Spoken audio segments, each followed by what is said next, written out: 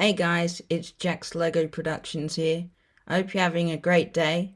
Today I will be showing you my ranking of all the Lego Star Wars Advent calendars as of 2020. Now before we begin, feel free to give this video a like, and if you like what you're seeing, feel free to subscribe, as it helps me out a lot. Now keep in mind that I only own one of these calendars, that being the 2021, of which you can find my review of in the top right hand corner.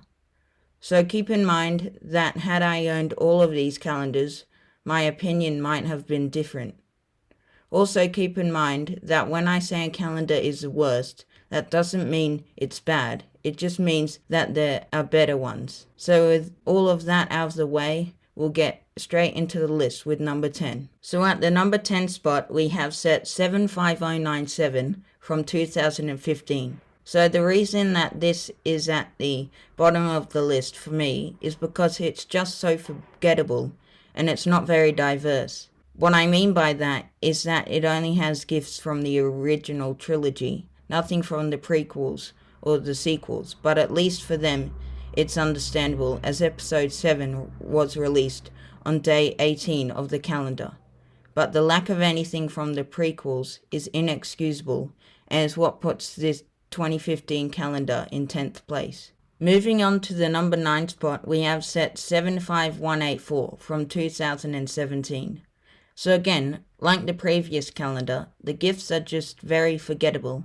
Now that's probably because I haven't seen, and don't plan to see anytime soon, Star Wars Rebels, which, along with Rogue One, is a very small part of a very sequel trilogy dominated calendar. So that's why this calendar takes 9th place.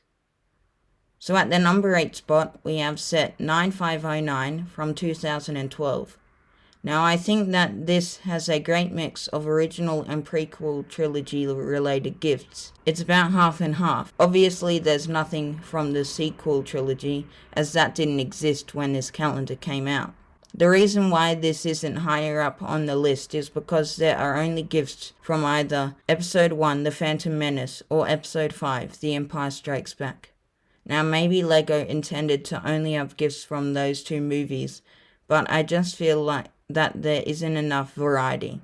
But looking at the gifts, I think they're really well designed, like the Sith Infiltrator, the Naboo Royal Starship, and General Grievous's Starfighter. But the lack of variety is why this calendar takes 8th place. At the number 7 spot, we have set 75056 from 2014.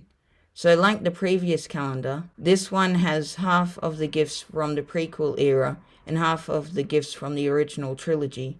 But this time, the gifts aren't from just one movie in each of the trilogies. We have gifts from the Clone Wars, Episode 4, A New Hope, and Episode 5, The Empire Strikes Back. I really like the design of Anakin's Jedi Starfighter and the Vulture droid, but the Snowspeeder looks very similar to the one from set 75279 from 2020, although that's more the 2020 Advent calendar's fault more than this one. So the improvement in variety over the previous calendar is what makes this calendar take 7th place. Moving on to the number 6 spot, we have set 75245 from 2019. So this calendar does have a lot of variety and the gifts are very well designed. The only problem is that even though the calendar does have a lot of variety, there still aren't enough gifts from the prequel trilogy.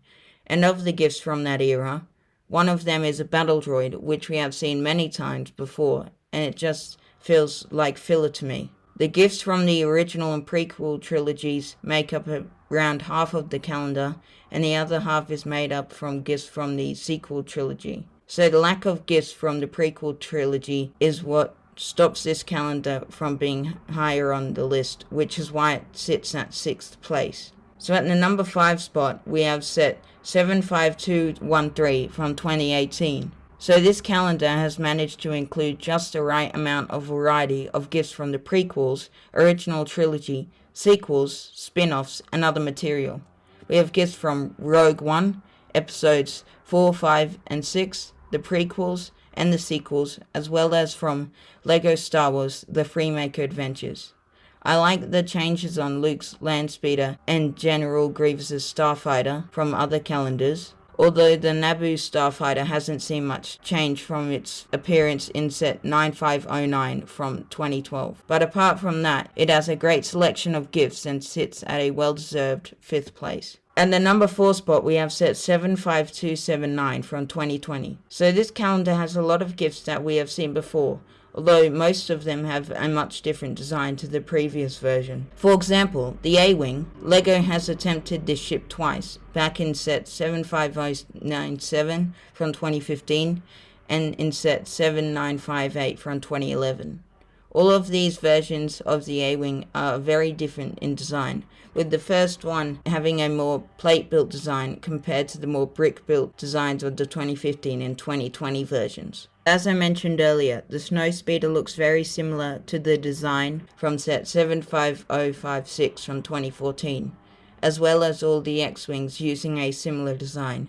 But the inclusion of the Lucahulk droid-controlled ship and the Razor Crest are both very great choices, so the new designs are what puts this calendar at 4th place. Moving on to the number 3 spot, we have set 7958 from 2011. So the reason why this is so high on the list is because it has a really great selection of gifts. It has the first version of the X-Wing, the design of which is still being used today, and it has a really well designed LAAT gunship, so the quality of the gifts is what puts this calendar in 3rd place. So at the number 2 spot, we have set 75146 from 2016.